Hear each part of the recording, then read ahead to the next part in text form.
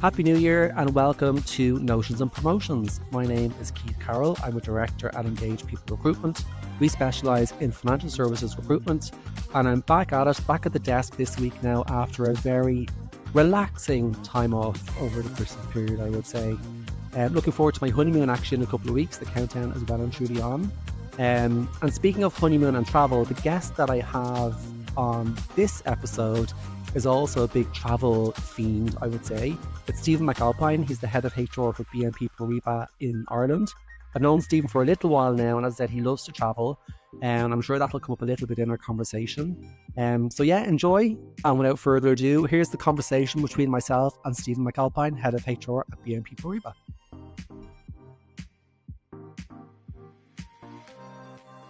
Stephen McAlpine, you're very welcome to Notions and Promotions. Thank you so much. How are you today? I'm good. It's good to see you. Thanks for inviting me. Good. We know each other a little bit, but our listeners may not know a lot about you. So I have a lot of questions that I want to deep dive. Do you want to tell the listeners your elevator pitch, high level? Who are you? Yeah, sure. So lovely to be here. So my name is Stephen McAlpine. I'm the head of HR at BNP Paribas in Ireland. So I've been working in HR for a long time now. I've been working in HR for over 13 years. It was my bread and butter. I studied HR and German at college in Scotland. And then I moved down to London where I was working for BNP Paribas in learning and development, then as an HR project manager, then as an HR advisor, then as an HR business partner, and then finally over to Dublin as the head of HR.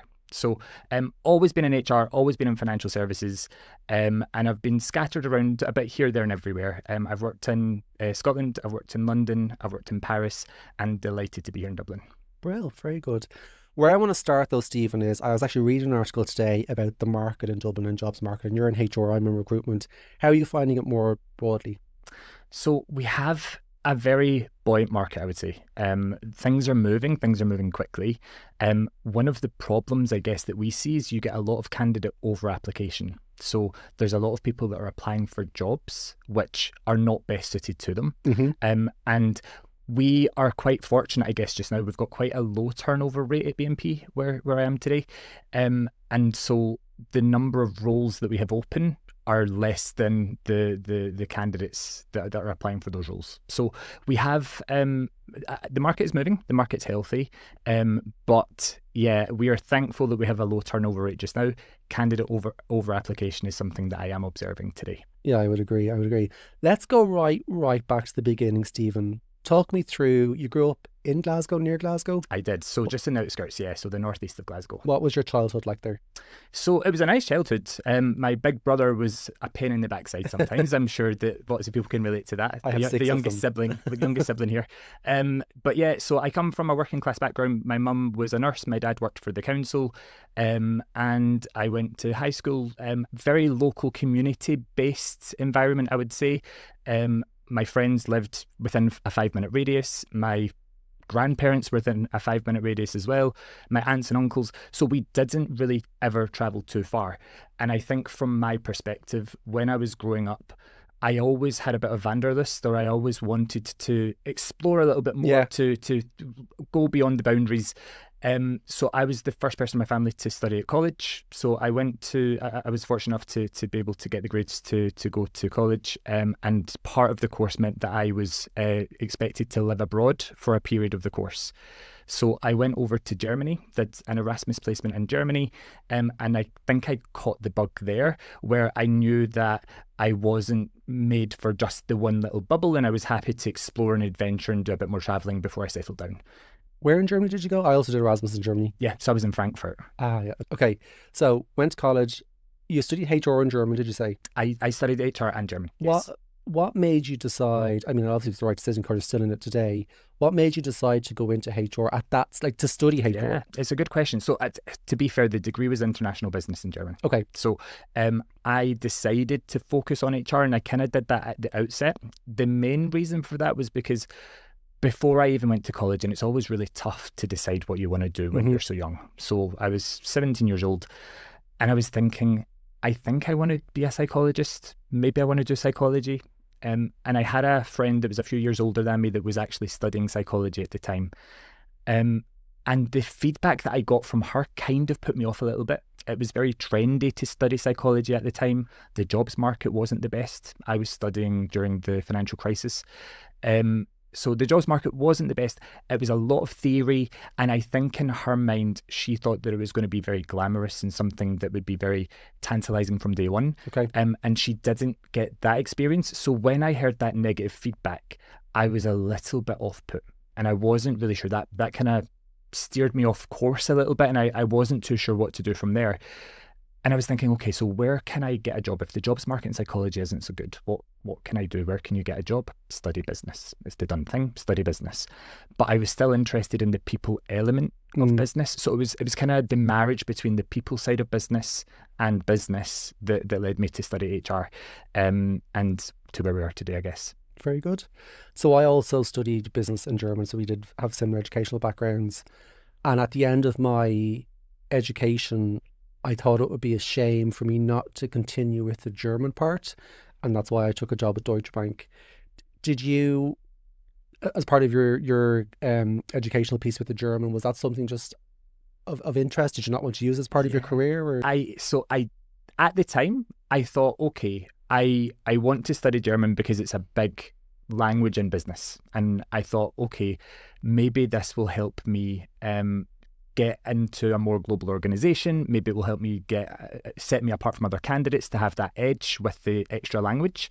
Then I went to Germany and I realised that everybody spoke perfect English. Correct. And that in comparison, my German was pretty pants. Yeah.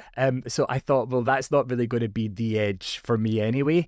But it's good to have it in the back pocket. It's good to have it on the side. And more than anything, I was interested in, it was multicultural environments. Yeah. It was more about growing as a person and understanding and seeing different cultures. So when I came out of college, I didn't necessarily feel the need to move back to Germany straight away. I wasn't looking at only German-speaking roles. I was more interested in finding a stable job, a good job in a global organisation. And it is a bit ironic that I spent quite a long time studying German and came out and started working for a French company. I was just about to ask that. So you went straight into BNP Paribas after you graduated, did you? I did, yes. And was it straight into a HR type role? Or? Yeah, so I started working as an L&D administrator in Glasgow. And then there was an opportunity down in London to do L&D for, it was the territory at the time. So they were kind of centralising a lot of the L&D activity down in London to cover a bigger part of the business. So I went down to London to continue on the L&D path. And what timeline was, how long were you in Glasgow at BNP before you moved down? Yeah, so just over a year. Okay. So just over a year in Glasgow. And then I moved down to London. And to be fair, I kind of could have stayed in learning and development, and I did love it. It's the nice part of HR. You get to help people develop, flourish, and grow, and it's an essential part of HR, right? I think it is extremely important, one, for retention, but two, to help make sure that you stay relevant as an organisation, to help your people grow and future-proof their skill set. But for me, I wanted to get into the nuts and bolts, and I thought, I don't want to silo myself too much into one side of HR. I was more interested in experiencing different sides of HR, which I hadn't previously had exposure to. And again, coming back to the psychology link, the element of, helping people and being there for them, perhaps during hard times, I thought, okay, well, that's beyond just learning and development. There's more to HR than that one field. So I want to see it all. So I applied for an HR advisor role, and I didn't get it the first time I applied for it. So I had to rethink, and it was an opportunity for me to take a second to take stock and reflect. Is this the right job for me? I'm quite happy in L&D today. Is this something that I really want to pursue? And having that first initial rejection in the professional environment, I wasn't used to it. I didn't really know how to navigate it. But thankfully, during the interview, I had made a good impression. The team that was recruiting at the time, it was the global markets team. So they are the team that have all the traders and structurers that are active on the markets. They had an opportunity for a project management coordinator within the team. And I was offered the opportunity to apply for that role when it came up. And it was a good segue or a good kind of footpath into Yeah. the wider realm of HR. Very good. So you took that project management role, did you? I did. I took the project management role. I didn't do it for too long. I think I did it for just under a year. Okay. And then another opportunity came up for an HR advisor, the same team and the same type of role that I had previously applied for. And I applied for that, and I was fortunate enough to get it, and that kind of set me on my path to becoming an HR BP. Very good. I would imagine, I'm not too close to the HR space, to be honest, apart from the recruitment piece, obviously. But I would imagine that the skills that an advisor would need would be very different to someone in an L&D type function. Was that a big learning curve for you to move into that? I know you had the project management piece in the middle, but I assume on the advisory side, are you advising on all aspects of HR, like disciplinaries, etc.? So yeah, to be able to give that advice coming from the L&D piece, how did you cope with that, or how did you upskill? You're right. It was a steep learning curve at the time, right? And I think for to go from that one side of HR to the other side of HR, it was a steep learning curve. It was something that I was prepared for, and something that I knew that I was going to have to work hard and adapt and not be afraid to ask help if I needed help. Now, I was fortunate enough to have a good network around me. I had an inspiring manager at the time. My colleagues were all super supportive. And in the role at the time as an HR advisor, you're supporting HR business partners. So those are the people in the jobs that are making the big decisions. Yeah. You're there to support them. To learn as you go, either doing some less strategic stuff and then to gradually take on more experience and become more strategic as you go. And that was what I was able to do. But you're right. I think going from L&D to HR advisory is a big step, or it's a big change, but I would never discourage anyone from doing it if that's what their passion is. And I think if you are willing to take that step out of your comfort zone, then there's a lot to be respected from that in and of itself. Now, I did my master's while I was an HR advisor as well, so I think having that opportunity to learn more about HR and get more into the weeds of HR legislation, that complemented the day job where I was learning the nuts and bolts of policies and procedures outside of L&D. Very good. You weren't an advisor too long before you got that promotion to BP. Yes. Do you talk me through that process? Was that something that you had to go and apply for? Was it something you were handed down because of performance? Talk me through how that happened. Yeah, so that was an interesting one. So I was working in London as an HR advisor, and I had been in the team for over a year, just about a year and a half. I'm trying to remember now. And there had been an opportunity to become or to step into an HRBP role in Paris. It had been quite a popular job from what I understand, and I hadn't initially applied for it. And someone in the Paris team from the wider CIB business had applied for the job, and for whatever reason, it wasn't going to work out. They had decided that they weren't interested in the job anymore. And my manager, who was in London, the global head of HR for the department, needed a quick solution. So she was back to the drawing board. She wanted to find a quick solution, and she actually called me up to ask me how mobile I was. And I think one of the reasons that she came to me is because I was on the team.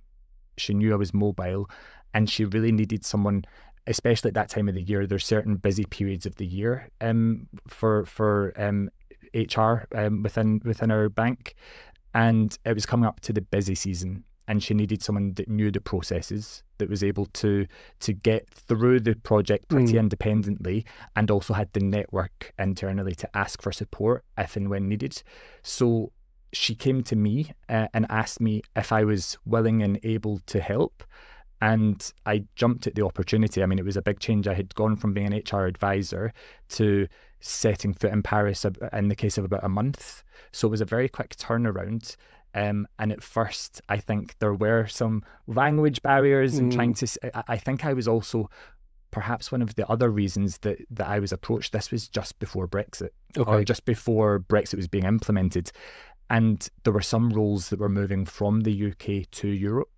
And I think they needed a bit of a guinea pig. They needed someone that was going to be happy to go from the UK over to Paris, to this French-speaking environment, to make sure that we had onboarding procedures in place that were going to be suitable for people that didn't speak French to then move into later. Very good. So let's pause there for a second. So you're moving from the advisor role into a business partner role. You're moving from London to Paris. Personally, in your life at that time, what was that a genuine, easy decision to make to uproots from London and move to Paris? Or because I'm just thinking back during my career at Deutsche Bank, if someone came to me to say, "Can you move to Frankfurt for 2 years?"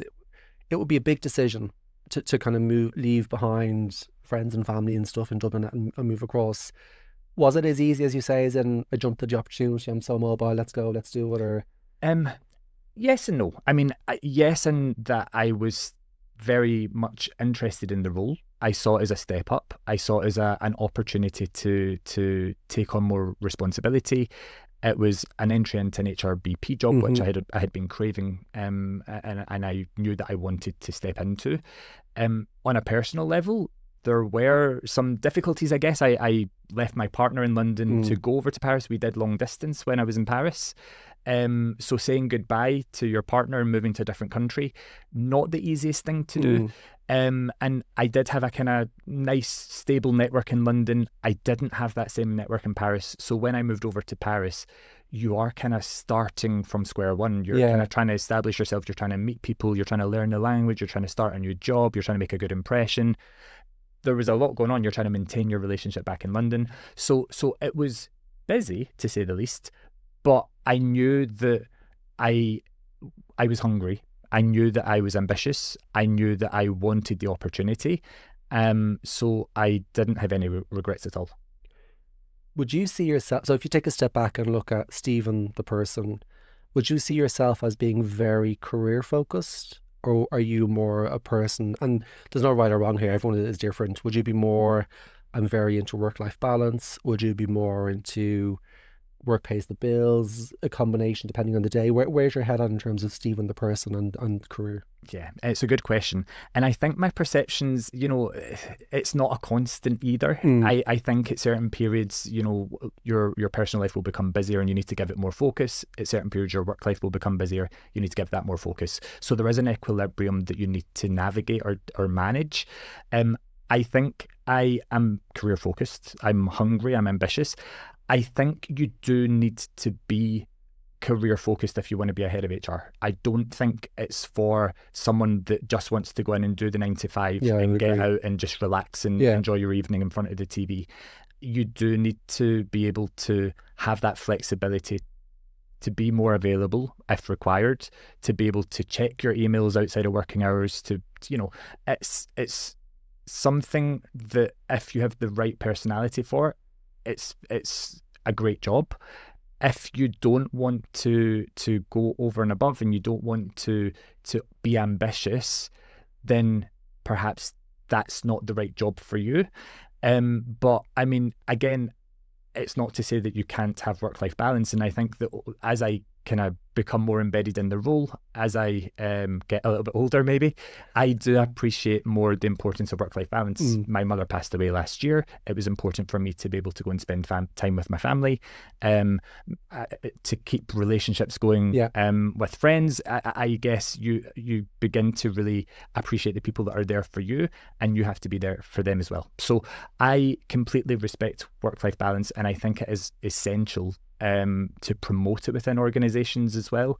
I don't think it's a healthy environment if you are encouraging people to work beyond the boundaries, to always push themselves and not to have their personal time and their personal freedoms.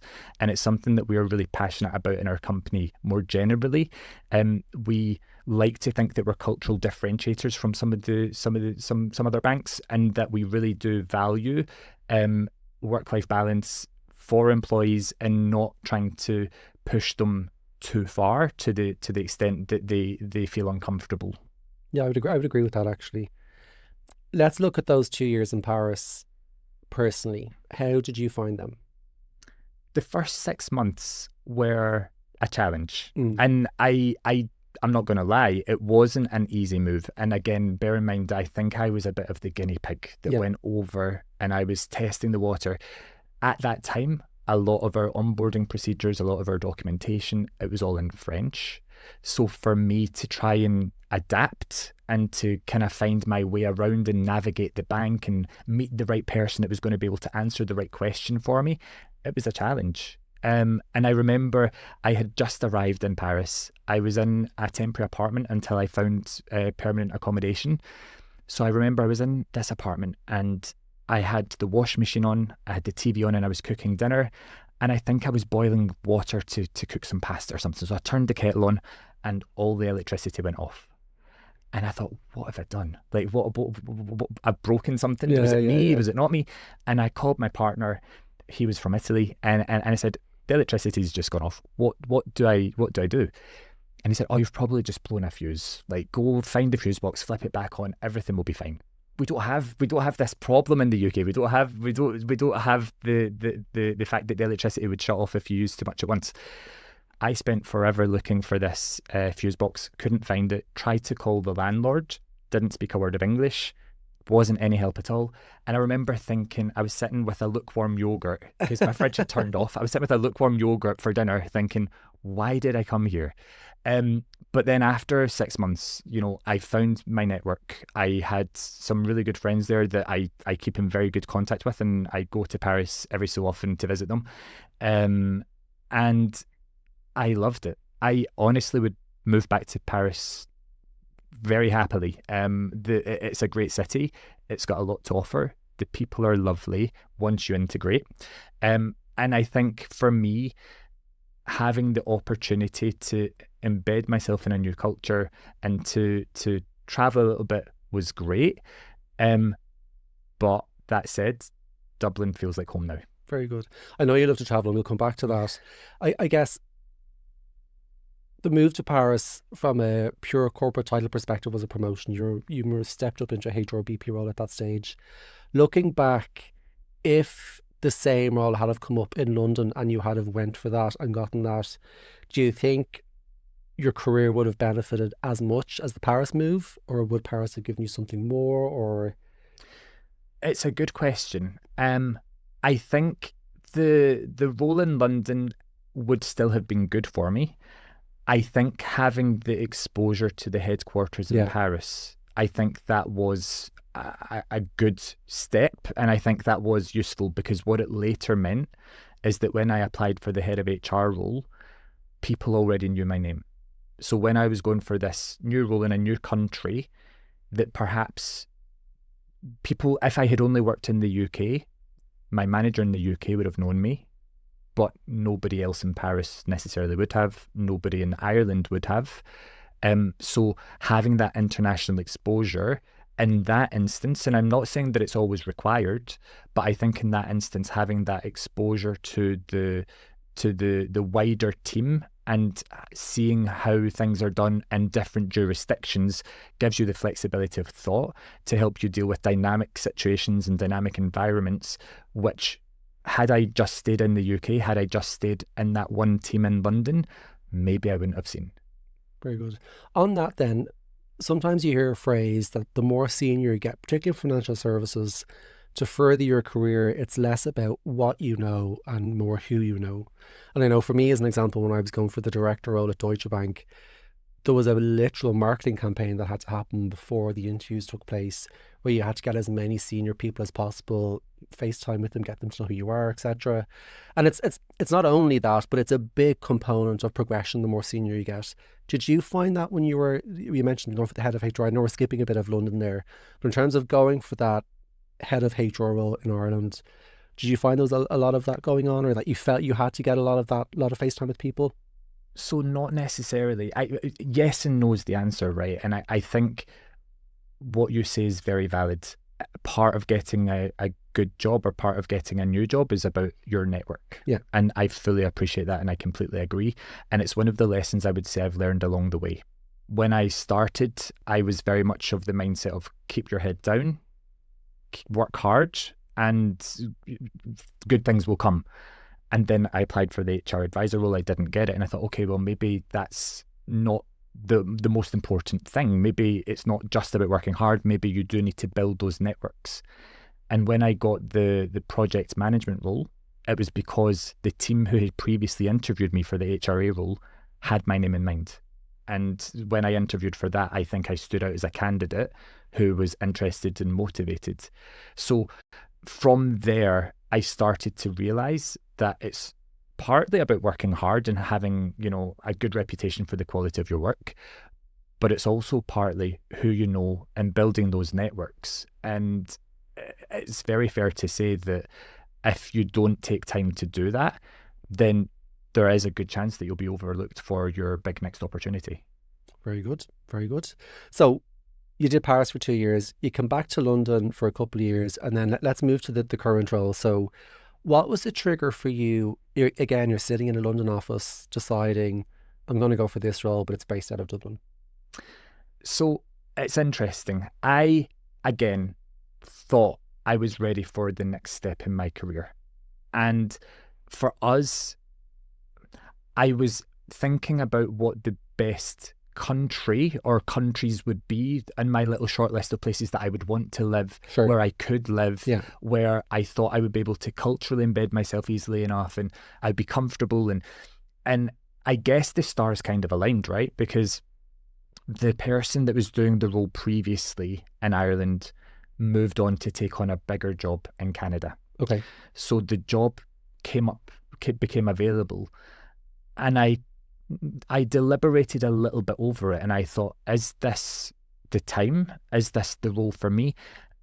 But it was on the shortlist, and I thought, if I don't do it now, I mean, with these roles, they don't come up every day. They're so few and far between, yeah. So the chances that this was going to come up again in the next 5 years, say, was going to be minimal.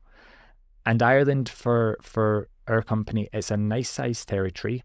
It's a nice challenge. The legislative landscape is different from the UK, but not a million miles apart, so that you could kind of learn and go. So for me, the stars kind of aligned. When the opportunity became available, I knew that I wanted more responsibility. And I thought, let's go for it. I might not get it. If I don't get it, then at least I've tried, and I'll feel comfortable in myself to know that I've put my name out there. And again, it's about expressing interest. It's about the network you'll meet along the way. And I thought, if I don't get it, I'll meet some nice people, or I'll at least have exposure to a new network through the interview process. And I'll send a message that at least I'm interested in growing further and in developing further. I was fortunate enough to get the job. And interestingly, the person, so the head of HR who was in Ireland before me, it was her role that I took in Paris. So when I went to Paris, she came to Ireland. Oh, okay. And then when I came to Ireland, she went to Canada. So I knew the role incumbent. I knew the outgoing head of HR. And that was also quite handy in terms of finding out the landscape and finding out, how things work. So is Canada next on the card for you then when she moves on? I don't think my French is all that good anymore. I never say never, but I wouldn't be rushing into it. I think for now, I've firmly got my feet on the ground in Dublin, and I'm taking it as it comes, but loving life here. Very good. As a recruiter, your profile is phenomenal. But what I mean by that is, I love to see someone with longevity on a CV, but there's constant progression, constant movement, constant either wanting to learn, even if it's lateral moves to do something else. Do you find, when you look back over your CV, where would you say the trigger point was for you that you were stepping into more of a leadership type role? Or where would you have seen yourself as a leader? At what stage? So I guess there are two answers to that. The first one is when I became a manager and I started managing teams, that kind of starts your pathway towards being responsible for other people's careers. And was that the step into Paris, or were you managing teams as an advisor beforehand? No, I was managing teams in London. Okay. So when I moved back to London, I was managing the HR advisors. This is after Paris. So this is just after Paris. So from that perspective, when you start to have responsibility for recruiting for your own team, managing their careers, giving them performance feedback, helping them grow, telling them where they're going right and wrong, I think that was my first step into it. Then when I came over to Ireland, it's a bigger team, it's a bigger platform, and I guess locally in Ireland, the point of escalation kind of stops with me now. So at least before, when I was in London, there was always someone more senior in HR in the same office environment where you could easily approach and get the answers to any questions, or to navigate any topics. So in a sense it was London, in a sense it was when I came to Ireland, and in a sense I still don't feel like a leader. I think from my perspective, I work with the team, they don't work for me. And I know there's this difference between managing and leading, and it's about the being strategic and not just giving tasks. But I do genuinely feel, and I'm very fortunate to work with a team as incredible as the one that I do work with, because I feel like we work together. I don't feel like they work for me. And I guess they lead me because they challenge my thinking every day. They come to me with new proposals, new ways of doing things. They are as much involved in any progress that gets made as I would be. So in a way, we lead each other. So I'm just got my phone just to make sure I can keep track of the time. Can you get back? Yeah. This is all really good so far. Well done. Oh, we've loads of time still. I want to look at culture, or talk a little bit about culture. You mentioned culture actually previously when we were chatting. Yeah. I like to think I've good industry knowledge, given I've been in this industry for almost 20 years now at this stage. And I think from what I know of BNP Paribas, workplace culture is a big plus for you guys, right? Which is great. My question is, when we look at culture, when I say we, when some people look at culture, they see culture as a people topic. They see people topics as a HR remit. In your experience, or your personal thoughts even, what part, if any, should HR play in the culture of an organisation and creating a culture in an organisation? Yes, lots of very good questions. I think from my perspective, HR can help start the story, but they're not going to be the conductors of the orchestra, or they're not going to be the ones playing the instruments. Everyone needs to be involved in the process, and it needs buy-in from the business, it needs buy-in from managers, and it needs engagement from staff. We're really fortunate that we have some incredible ERG groups, employee resource groups, that really fuel the culture of our organisation. Those are completely independent of HR, and they are incredible in the work that they do to propel the culture of our organisation. So I don't think it's fair to say that HR can, would, or should take the responsibility or credit for the culture within an organisation, because every employee plays a part in that. And I think if you can start to define a culture, or you can start to talk about what culture should look like, but you're not going to be the one that's implementing it in a day-to-day business with your team. So it really does involve everyone within the organisation to effectively implement the culture. If you have one person, one bad banana, if you have one bad egg, if you have one person that doesn't buy into it or fully subscribe to it, that can have a massive ripple effect. So just to be clear, you're not taking credit for the culture of BNP Paribas in Dublin in any way, shape or form? I wish I could. I think we've got a great culture. I honestly think we have a great culture. It's not my doing. It's not my doing. I play a very small part in it. It's all thanks to everyone that walks into that building and everyone that logs on to their computer every morning. Very good. Very good. HR always fascinated me in terms of the function. I've worked with some really, really strong people in the HR space at Deutsche. And I think sometimes HR as a function gets a bad rep.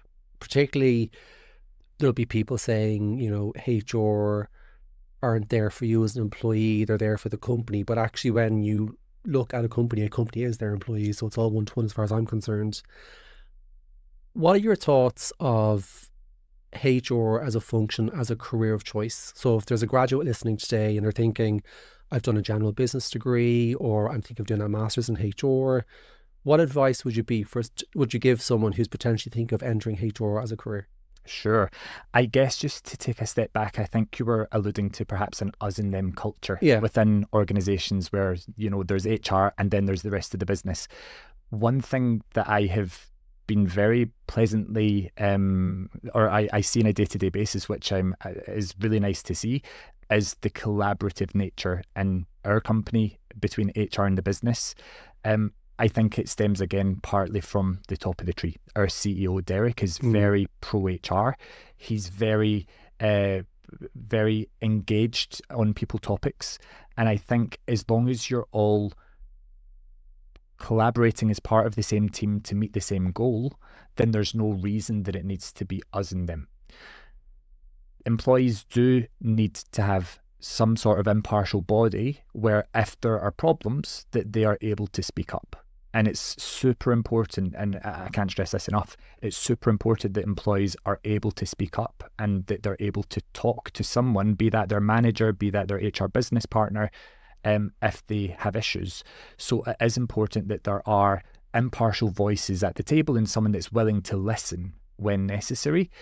But for the most part, the relationship, certainly where we are today, the relationship between HR and the business is very aligned. We're all trying to do the same thing. We're all trying to meet the same goal, and we all work very well together to do that.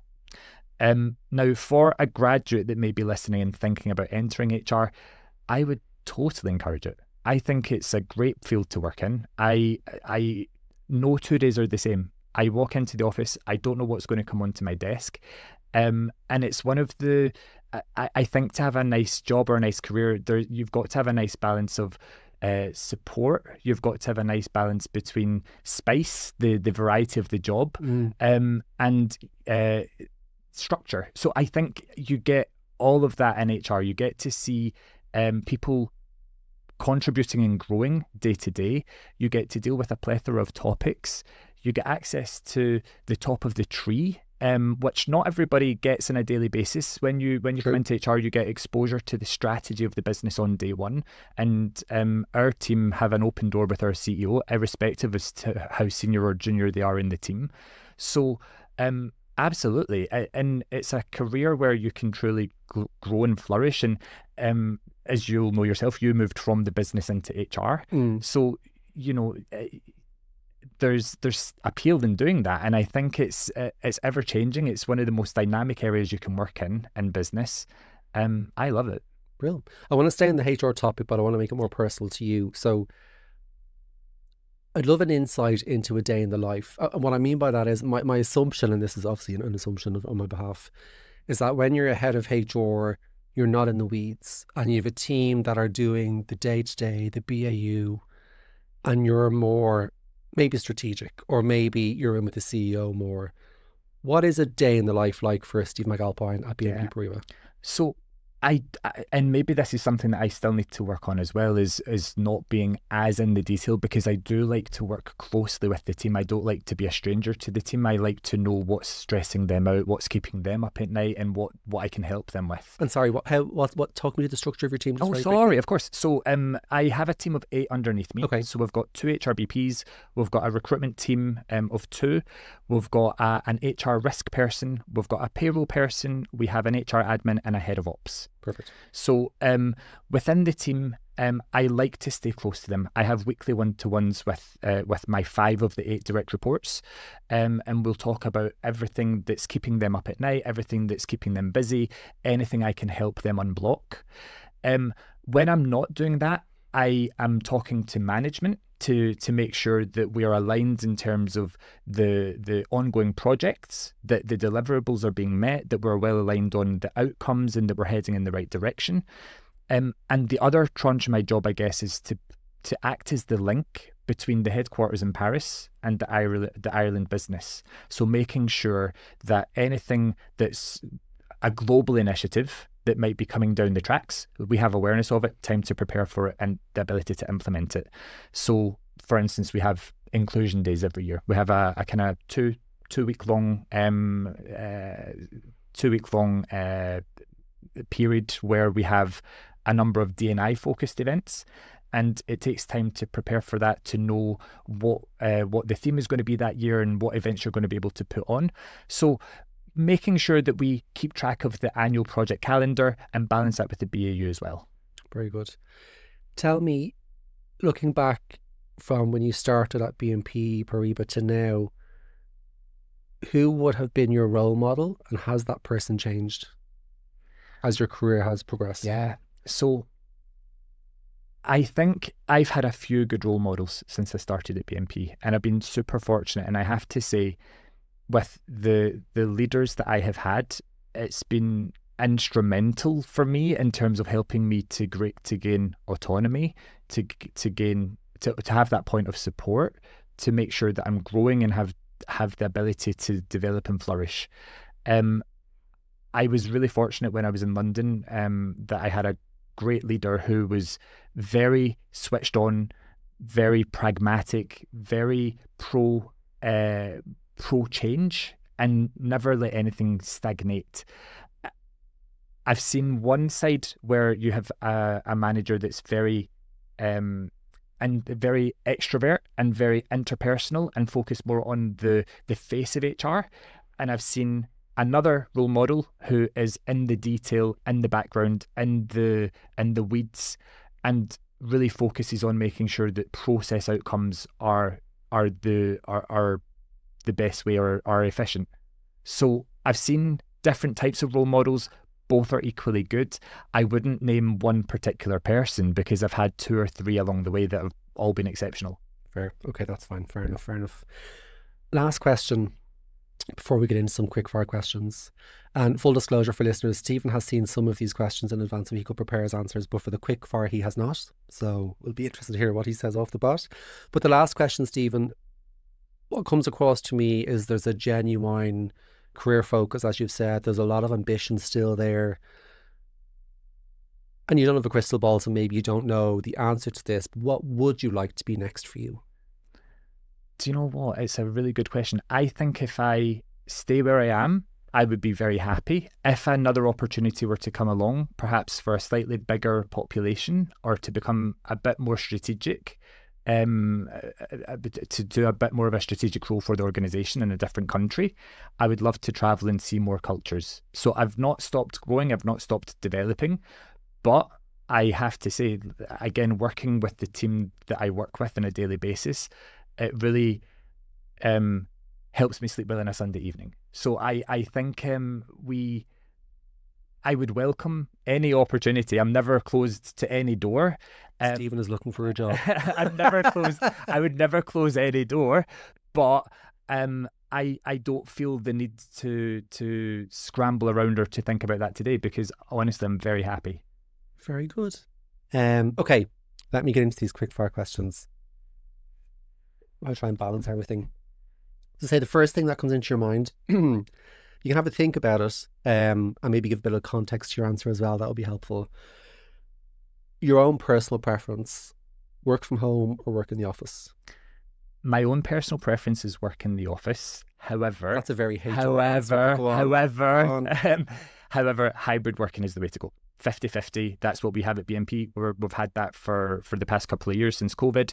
We think we've hit the dial right on that one, and we're very happy to provide that flexibility to staff.